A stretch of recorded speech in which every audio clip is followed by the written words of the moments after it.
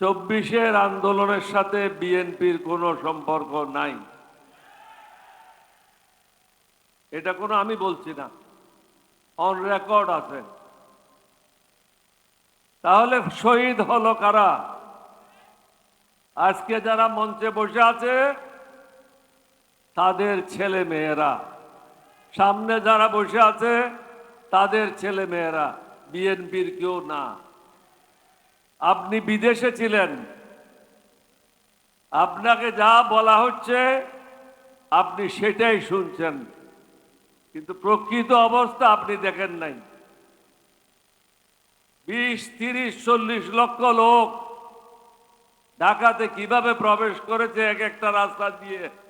যাত্রাবাড়িতে যান 15 লক্ষের উপরে, সঙ্গীত থেকে নিয়ে বনানী পর্যন্ত। মিরপুরের দিকে যান, মিরপুর থেকে নিয়ে শেরেবাংলানগর পর্যন্ত। এরকম প্রত্যেকটা রাস্তায় এক একটা রাস্তায় 10 লক্ষের উপরে লোক ছিল। এখানে ছাত্ররা ছিল, জামাতের অধিকাংশ ছাত্র নেতারা ছিল, সাধারণ জনগণ ছিল। তারা কি চেয়েছে? তারা তো কোনো টাকা চায় নাই, তারা কোনো কার্ড চায় নাই, কৃষক কার্ড চায় নাই, রেশন কার্ড চায় নাই। তারা চেয়েছে সুশাসন, শান্তিতে ঘুমানোর জন্য। আপনি তো সেই ব্যবস্থা করতে পারছেন না। আপনার সম্মুখে অনেকগুলি সমস্যা।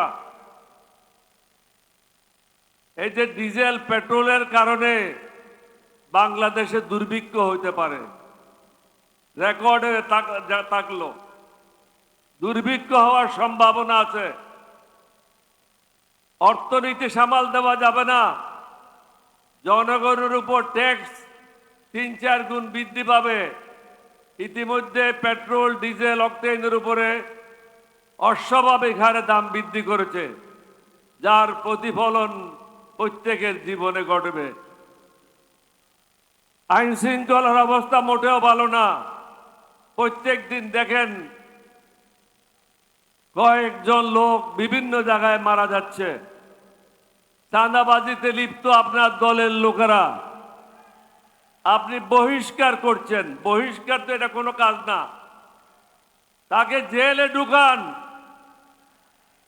তাকে সাজা দেন, জনগণকে দেখান আপনি জিয়া সাহেবের ছেলে, বেগম জিয়ার ছেলে, আপনি দেশকে শাসন করতে জানেন।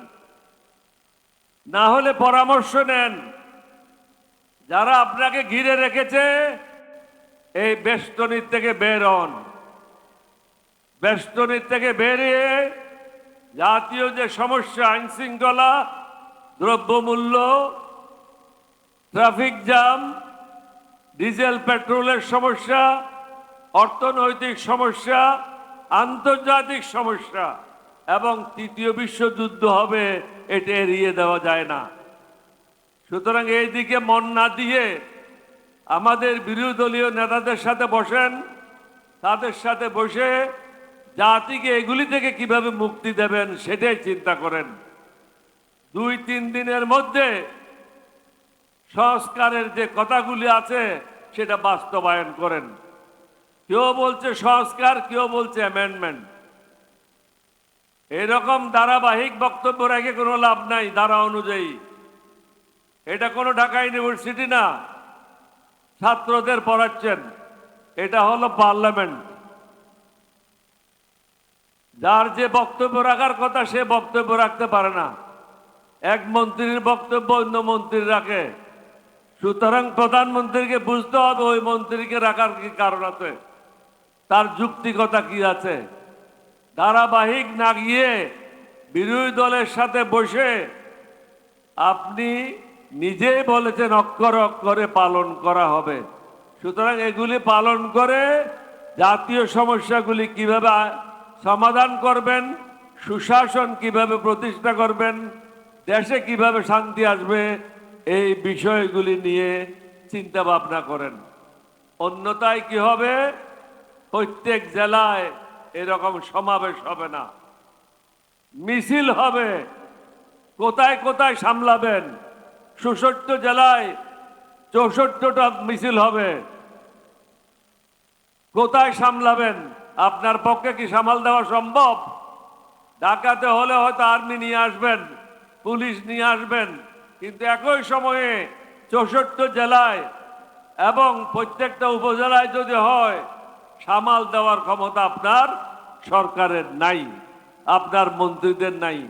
এই কথাগুলি চিন্তা ভাবনা করেন, অভিজ্ঞ লোকদের পরামর্শ নেন। ভয়ে বসে থাকেন না, অহংকারে বসে থাকেন না। আর যারা কান কথা বলে তেল মারে, তাদের থেকে দূরে থাকেন। আপনাদের সবাইকে ধন্যবাদ। বাংলাদেশ জিন্দাবাদ।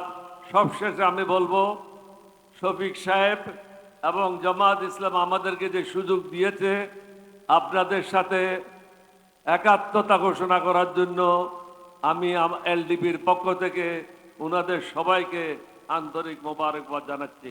আসসালামু আলাইকুম ওয়া রাহমাতুল্লাহি ওয়া বারাকাতুহু।